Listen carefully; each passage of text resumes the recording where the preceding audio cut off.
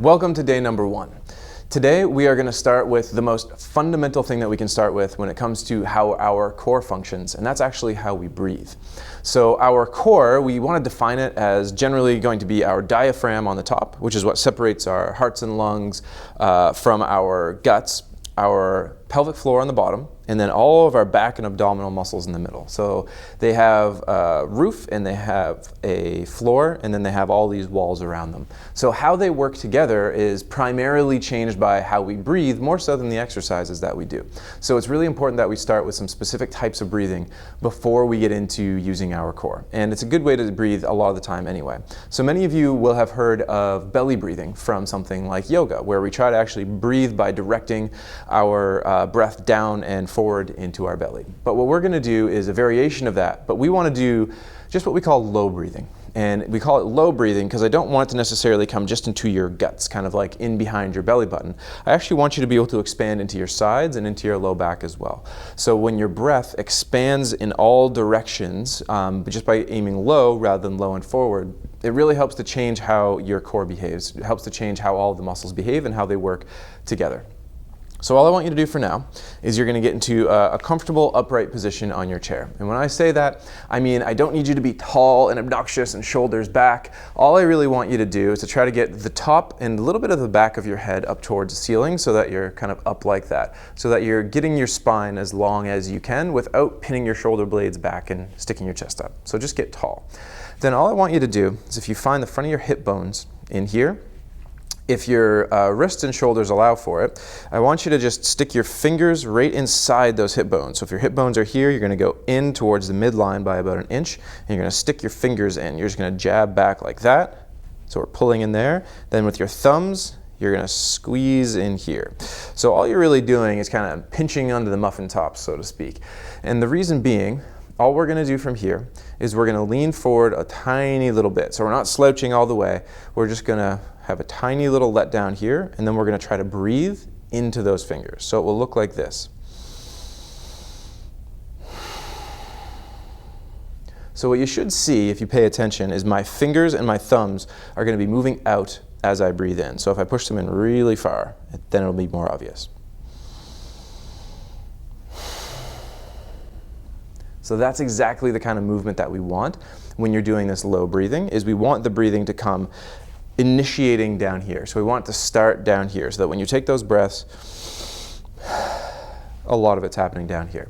This is not to say that breathing into your chest is wrong, but breathing into your chest only without it going first down low and allowing that expansion down low doesn't allow us to get a full breath in every time, and it doesn't allow our core to behave the way that we want our core to behave.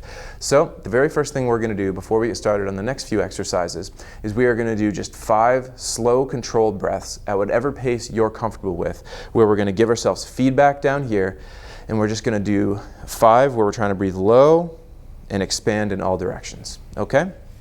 So start by getting fingers and thumbs into place here. Just squeeze them in if you can. And then just do 5 slow and controlled breaths.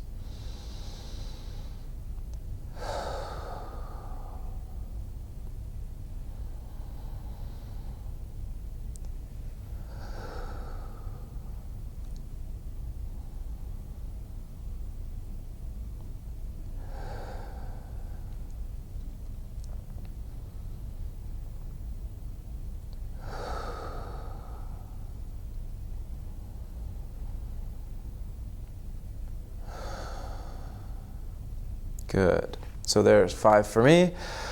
If you need to keep going, feel free. A lot of the time after we do some breathing that's controlled like that and we're altering how we normally breathe, most people have to sigh. So if you take a big sigh afterwards, a lot of the time it will just help your body to re-regulate how you're used to it. The next exercise that we're going to do is going to involve the core muscles that help us to rotate. So a lot of the time what our core muscles do is they help to take our pelvis and our rib cage and they move them relative to each other. They flex them on each other, extend them, or twist them past each other. So this one is meant to twist just a little bit, and we call them Genie rotations. The reason being, we're going to sit upright, and you can either have your arms crossed across your chest. We don't want them low on your stomach. We want them on your rib cage only, or if you want, you can have them like this, just out in front of you. And all we're going to do is we're going to get feet flat on the floor. We're going to sit nice and upright, and we're going to twist off to one side, and then we're going to come straight back again. And then we're going to do the other side, and then we're going to come straight back again. So for most people, the limiting factor while we do this is actually going to be their flexibility, and it's going to be how tired their shoulders get. So don't feel the need to push it very far if you feel like you can't go that far or you feel like your shoulders are fatigued. But what I'm going to do is 10 total repetitions where I alternate back and forth, which will end up being 5 to the right and 5 to the left. So get in that position now. Sit nice and upright. Get your arms stacked on top of each other or across your chest. You don't want to hold too tight because we want to have enough looseness in our shoulder blades to twist, okay? So we're on every rep, what I want you to do is take a breath in when you're in the middle and then breathe out as you twist. And then come back to the center. Breath in and then out as we twist. Good. So let's just do 8 more of those.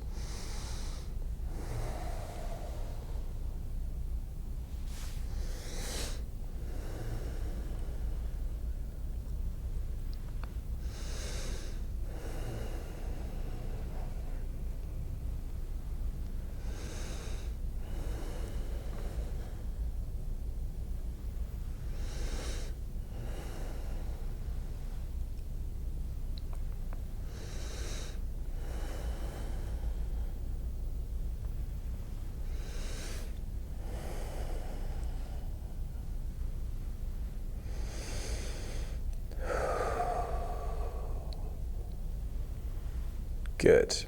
And that's it.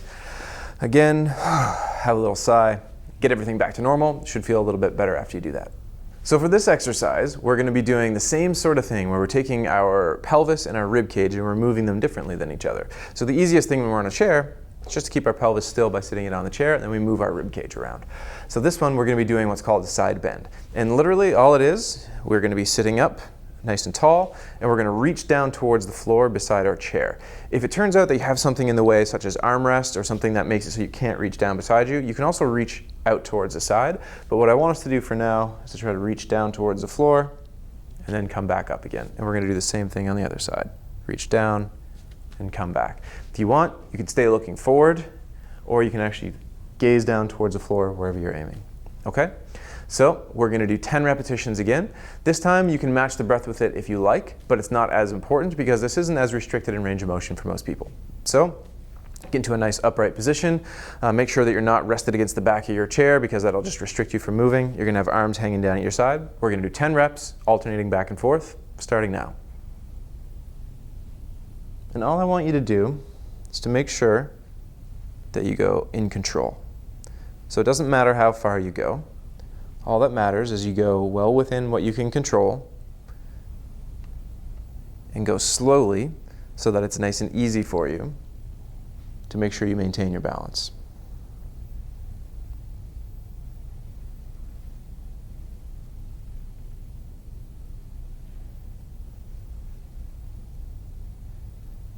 We're going to do 1 more per side.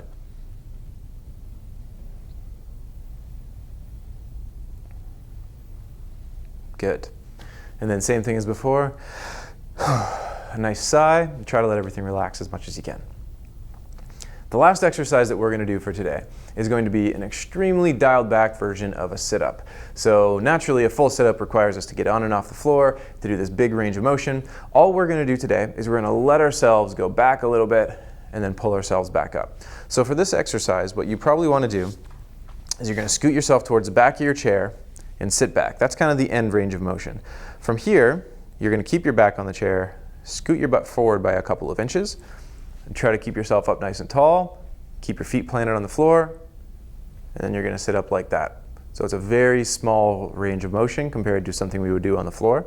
But all you want to do is try to maintain yourself nice and long through the torso and midsection, get nice and tall, and come up this way.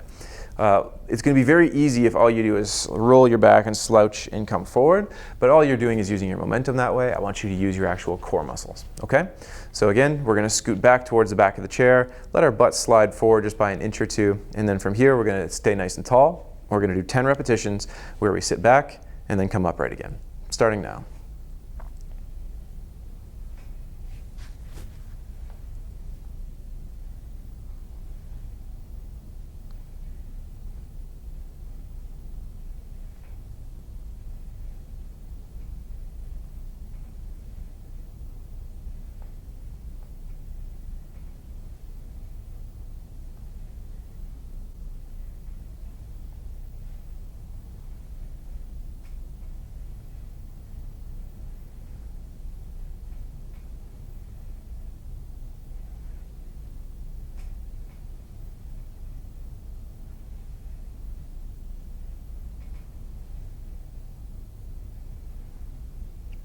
Good. And we've got 10 reps done there.